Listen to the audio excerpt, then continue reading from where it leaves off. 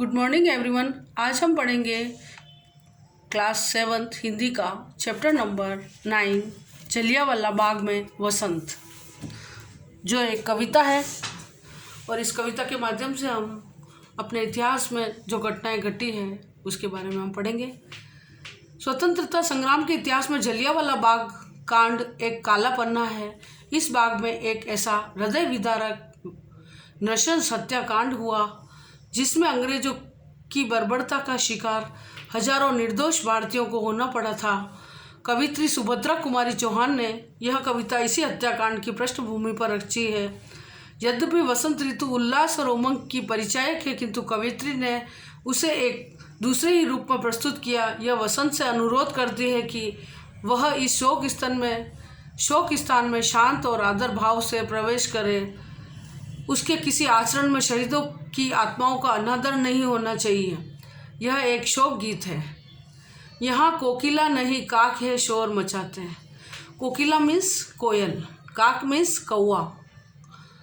यहाँ कोकिला नहीं, यानी जलियांवाला बाग में जो नृशंस हत्याकांड हुआ उसमें न तो कोयल है न कौआ है, कोई शोर मचाने वाला भी नहीं है।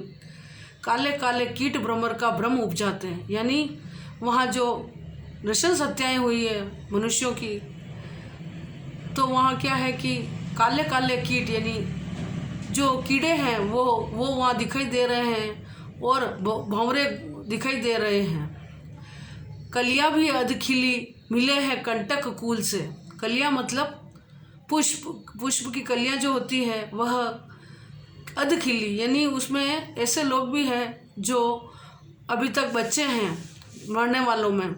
मिली है कंटक कूल से, कंटक मीन्स कांटा, कूल से यानी वंश से। मिली है कंटक कूल से वे पौधे वे पुष्प शुष्क है अथवा झुलसे, यानी जो मनुष्य रूपी जो पौधे हैं और बच्चे रूपी पुष्प जो है वह बहुत झुलस चुके हैं नृशंस हत्याकांड में। परिमलहीन पराग दाग सा बना पड़ा है, हाँ यह प्यारा बाग खून से सना पड़ा है। जलियांवाला बाग में जो अंग्रेजों द्वारा स्वतंत्रता संग्राम में जो हत्याएं की गई, मनुष्यों को जिंदा जलाया गया, उसका वर्णन करते हुए कवित्री कहती है कि परिमलहीन पराग दाग सा बना पड़ा है, यानी जो ये बाग है वह खून से लथपथ भरा पड़ा है। आओ प्रिय ऋतुराज किंतु धीरे से आना, यह है शोक स्थान यहाँ मत शोर मचाना। कवित्री सुभद्रा कुमारी चौहान कहती है कि आओ प्रिय ऋतुराज। ऋतुराज किसको कहा गया? वसंत ऋतु को, जिसमें पीले पीले फूल आते हैं और हरियाली नज़र आती है। तो उस अच्छे मौसम को इंगित करते हुए कवित्री कहती है कि बस है बसंत ऋतु, आना पर बहुत धीरे से आना, क्योंकि यह शोक स्थान यानी यहाँ बहुत से लोगों के शव पड़े हुए हैं, तो यहाँ चुपचाप आना और शोर मत मचाना। वायु चले पर मंद चाल से उसे चलाना, दुख की आहें संग उड़ाकर मत ले जाना। वायु चले पर मंद चाल से उसे चलाना, लेकिन हवा चले तो भी धीमे धीमे हवा चलनी चाहिए। दुख की आहें संग उड़ाकर मत ले जाना, यानी ये जो लोग मरे हैं उनकी जो आहें निकल रही है उसको इस हवा के साथ से मत ले जाना। कोकिल गावे किंतु राग रोने का गावे। कोयल तो गावे लेकिन राग रोने का गाएं, क्योंकि यहाँ जो है ना जो शव पड़े हैं वो वीर पुरुषों के शव पड़े हैं जिन्होंने देश के लिए अपने प्राण तक न्यौछावर कर दिए हैं। भ्रमर करे गुंजार कष्ट की कथा सुनावे। भ्रमर यानी भंवरा जो है वह ध्वनि तो करे लेकिन कष्ट की कथा सुनावे, यानी उनका दुख जो है उसको प्रकट करे। लाना संग में पुष्प न होवे अधिक सजीले, हो सुगंध भी मंद ओस से कुछ कुछ गीले। बसंत ऋतु को संबोधित करते हुए कवित्री कहती है कि लाना संग में पुष्प, यानी फूल तो लाओ लाना, पर सजीले फूल न होवे अधिक सजीले, यानी ज़्यादा सजीले फूल मत लाना, क्योंकि यह तो वीर पुरुषों के ऊपर ही चढ़ाए जाएंगे। हो सुगंध भी मंद, यानी जो जो जो फूल हल्की खुशबू के हों उन्हीं को साथ में लाना। ओस से कुछ गीले गीले, यानी जो जिन फूलों में थोड़ा ओस की बूंदें भी लगी हुई हो, तो ऐसे फूल लाना जो मातृभूमि के लिए जो न्यौछावर वीर पुरुष हुए हैं उनके ऊपर इन फूलों को सजाया जा सके। किंतु न तुम उपहार भाव आकर दर्शाना, स्मृति में पूजा है तो यहाँ थोड़े बिखराना।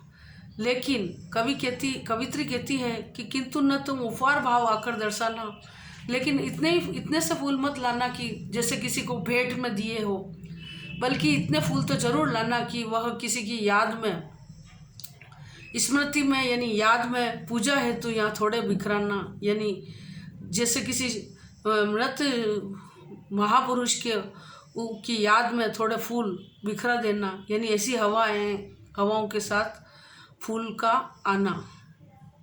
कोमल बालक मरे यहाँ गोली खाकर, कलियां उनके लिए गिराना थोड़ी लाकर।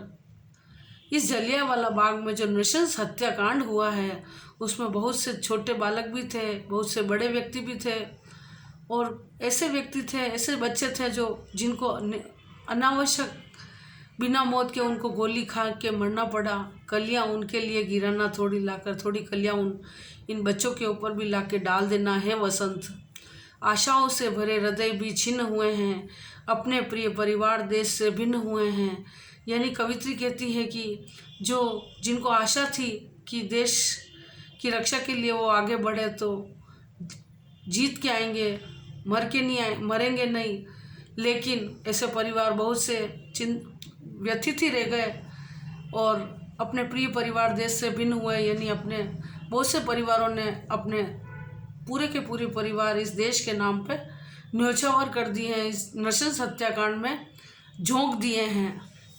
कुछ कलियां अधखिली यहाँ इसलिए चढ़ाना, करके उनकी याद अश्रु की ओस बनाना। यानी कुछ कलियां जो है अधखिली लाना, हे बसंत ऋतु यहाँ इसलिए चढ़ाना कि यहाँ उनकी याद अश्रु को ओस बनाना।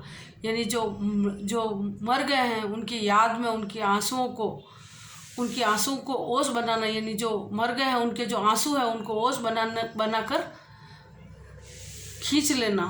तड़प तड़प कर वृद्ध मरे हैं गोली खाकर, शुष्क पुष्प कुछ वहाँ गिरा देना तुम जाकर। तड़प तड़प कर यानी जो बुढ़े लोग जो मरे गोली खाकर, अंग्रेज़ों की गोली खाकर, शुष्क यानी सूखे पुष्प कुछ वहाँ गिरा देना तुम जाकर। यानी कुछ सूखे हुए फूल हो वो इन मृत वृद्ध व्यक्तियों के ऊपर लाके बिखेर देना।